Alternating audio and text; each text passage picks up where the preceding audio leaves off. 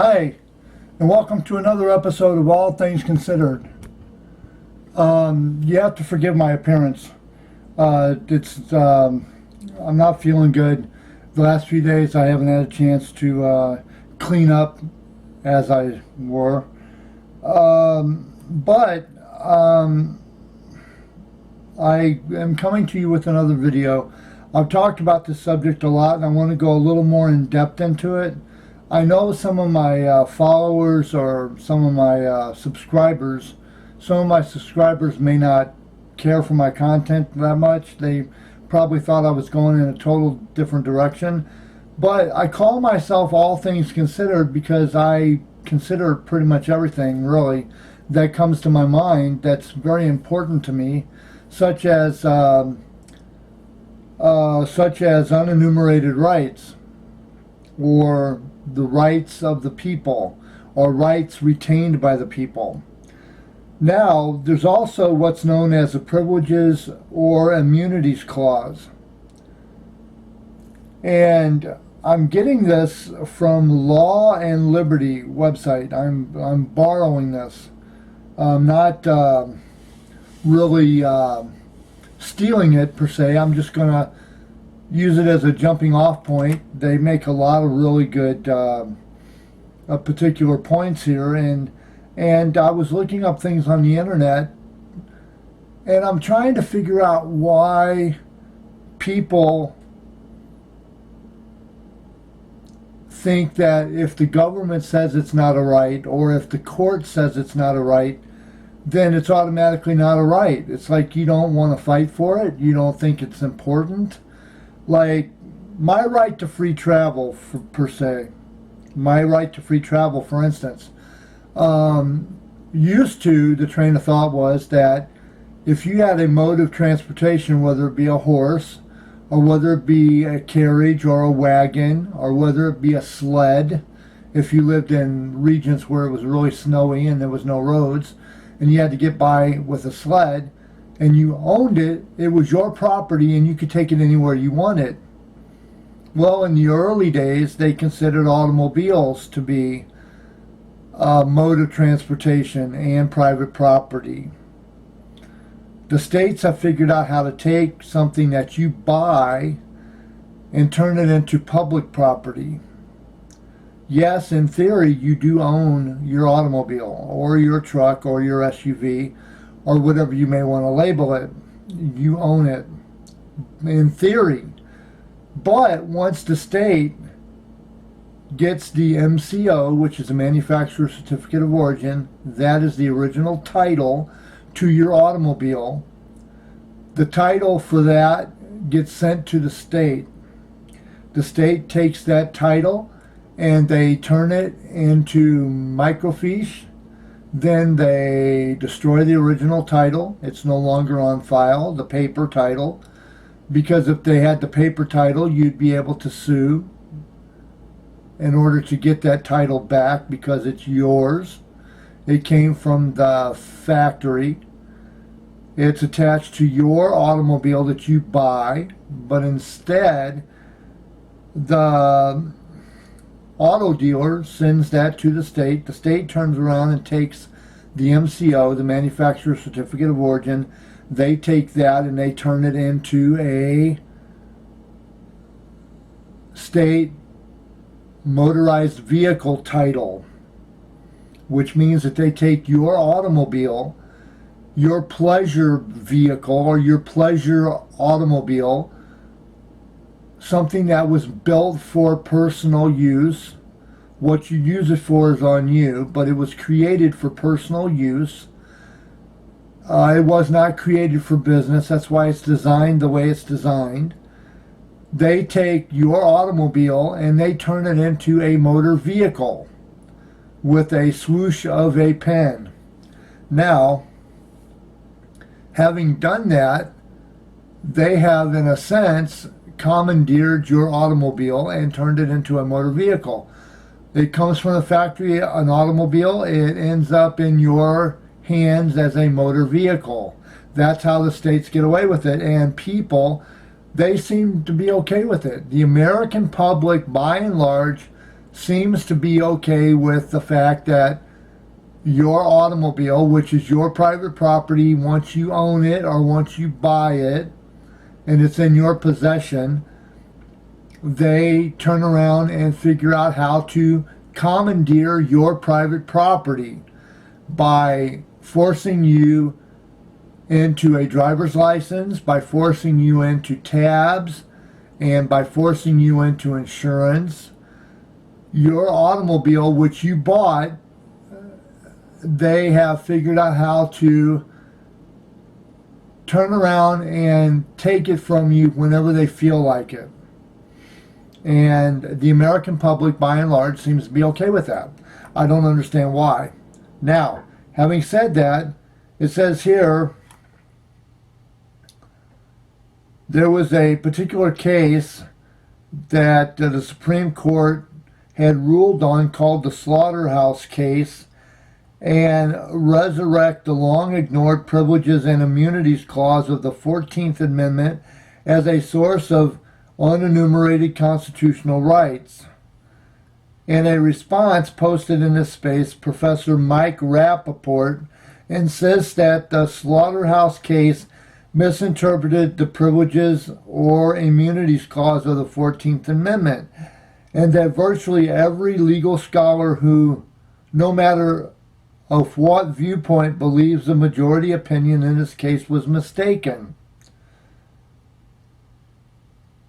It is because of scholars like myself that Rappaport cannot write every legal scholar believes Slaughterhouse was mistaken, because Rappaport doesn't. I mean, because the person that's writing this article does not believe that. In fact, the historical record strongly suggests that Justice Miller was correct to lead a majority in the Slaughterhouse to reject the idea that the Privileges or Immunities Clauses protect the unenumerated absolute rights. Now, it's a catch-22 when you talk about unenumerated rights of the public or rights of the people, rights retained by the people. Anybody can say, oh, I killed him and it was my right to do so. No, you cannot do that. Some lines have to be drawn. Now, you can say that under life, liberty, and pursuit of happiness, he was threatening my life, and I have the right to life. Therefore, I have the right to protect myself even unto death. But upon doing that, you're taking away his right to life, liberty, and pursuit of happiness. So it's catch-22 here. So are we going to preserve our rights and say our rights are more important than somebody else's? There has to be a balance. But little things like the right to free travel using the mode of transportation of the day, which is part of life, liberty, and pursuit of happiness. I'll give you a case in point. I have a mom that lives in Missouri. From where a Greyhound or a plane would let me off, she lives 170 miles in either direction from there. Now, I could, you're right, you're going to say this, I know you are, you're going to say, well, you could take a cab or you could take an Uber. Yes, I probably could do that, but it would cost me about $200 to take that trip. Whereas if I had my automobile, I could just get in my automobile, gas it up, and I could go visit my mom.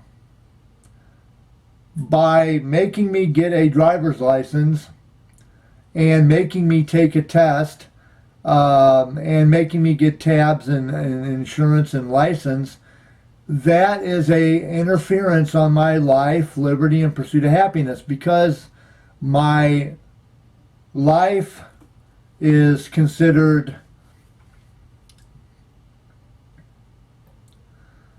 the quality of my life. The quality, I got to word this just right because there's going to be a lot of people that will probably bump into this video and they will contradict me on this. My quality of life suffers because I am not able to use my liberty to pursue what makes me happy. Now, if I had an automobile that I was able to use that could not be taken away from me because it is my private property once I own it, I would be able to go to my mom's and I would be able to visit my mom, which would make me very happy. It would also give me much liberty and a better quality of life. I have not seen my mom in over 30 years due to a stupid mistake I made when I was younger. Mom and dad both. Dad has passed away. Mom is in her late 70s. Still in good spirits, but you never know. She could be taken away at any minute. Now, I had a van, an automobile. My insurance company, yes, I do have insurance, and yes, I do have tabs, and yes, I do have a license. Those are to protect me and my private property. If something was to happen to my private property, it'd be insured, the same as you have homeowner's insurance. If a tree was to fall on my van, then it would be protected. If some idiot out on the road was to run into me, it would be protected. If I accidentally run into somebody due to a malfunction of my private property, they would be protected as well. So it is a good common sense thing to do. A lot of people that do not believe in the driver's license do not believe in tabs, license plates, or insurance. The license plate and insurance and the tabs are to protect my vehicle. If it gets stolen, I can tell them this is my license plate number. If it gets broken into, they have that on file. Now, I do not believe that a driver's license is something that a common individual who owns private property, such as an automobile, should have to have. I am not making profit on our roads. I am not on our roads destroying the roads, making money off of them. Therefore, I do not believe that it is my responsibility as a American citizen in the state of Minnesota to be bound by something that can be taken away from me, where it makes my quality of life suffer because I'm not able to use my liberty to pursue my happiness. Therefore, I believe that America should stand up more for their rights, and they should be less inclined to allow the state to take them away. The state just gives you a good they give you a good what's that called? They give a good reason for why they're taking your rights away, like the right to free speech. They're going to start saying, well, is it really a right? Because should it be a right? Because we have a lot of people that are doing hate speech and things of that nature. Therefore, we should not make the right to free speech a right. It should be a privilege, and the states can regulate it.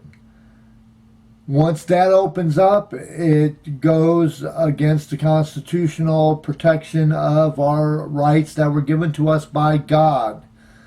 Now, the reason I say that free speech was given to us by God is because as soon as we are born, we are able to make noises under normal circumstances. If you're born without a vocal cord or you're born without being able to speak, that's different. But as soon as we are born and slapped on our bottom, we scream. And we yell. When we are hungry, we yell and we cry. When we want attention, we yell, we cry. When we want to get away with something that we're going to get a whipping for, we tell our mom or our dad that we did not do it, that it was the dog that broke the vase. We have that right because we were born with that. And what God has given, no man has the right to take away. That's what the Founding Fathers believed. even though 90% of the founding fathers were atheists. They did not believe in God, and they did not want to force that belief on anybody. Therefore, they did not want anybody to force their beliefs on them. That's why it says, we the people find these truths to be self-evident, which means that they could prove it. They believed that they could prove it because there was enough evidence to show that they could prove it. So, having said that, my question is, why are we against rights retained by the people? Why are we so against certain rights? Why do we view things as not a right? Yes, good common sense will tell you that if it's an elderly person, you do not have the right to kick them around and steal from them. You do not have a right to destroy them and to possibly cause them bodily harm because we have a conscience and it's morally wrong. Getting in my automobile and traveling from my house to the store to pick up a gallon of milk and back should not be anybody else's problem but mine, as long as I am not interfering with their rights and I am conducting myself in a good, just, moral, safe manner. Anyway, if you like this video, please give it a big old thumbs up. If you want to subscribe, please hit the subscribe button. Also, if you have an idea for a better video, put it in the comments below. If you have something that you want to say or 2 cents that you want to contribute, put it in the comments below. I'd love to hear from you. I want to get your take on it. How do you view rights retained by the people? What do you consider to be rights retained by the people, and why? Why do you think that way? It's not that you're wrong. It's not that I'm wrong. It's not that you're right, and it's not that I'm right. Maybe we're both right, and maybe we're both wrong. But if we never talk about it, we can never get this stuff resolved. Having said that, this has been All Things Considered. Have a good night, Seattle, America, and all points beyond.